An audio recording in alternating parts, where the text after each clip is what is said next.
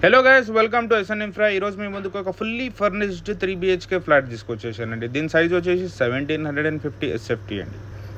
ఈ flat first ఫ్లోర్లో ఉంటుందండి. ఫేసింగ్ వచ్చేసి వెస్ట్ ఫేసింగ్.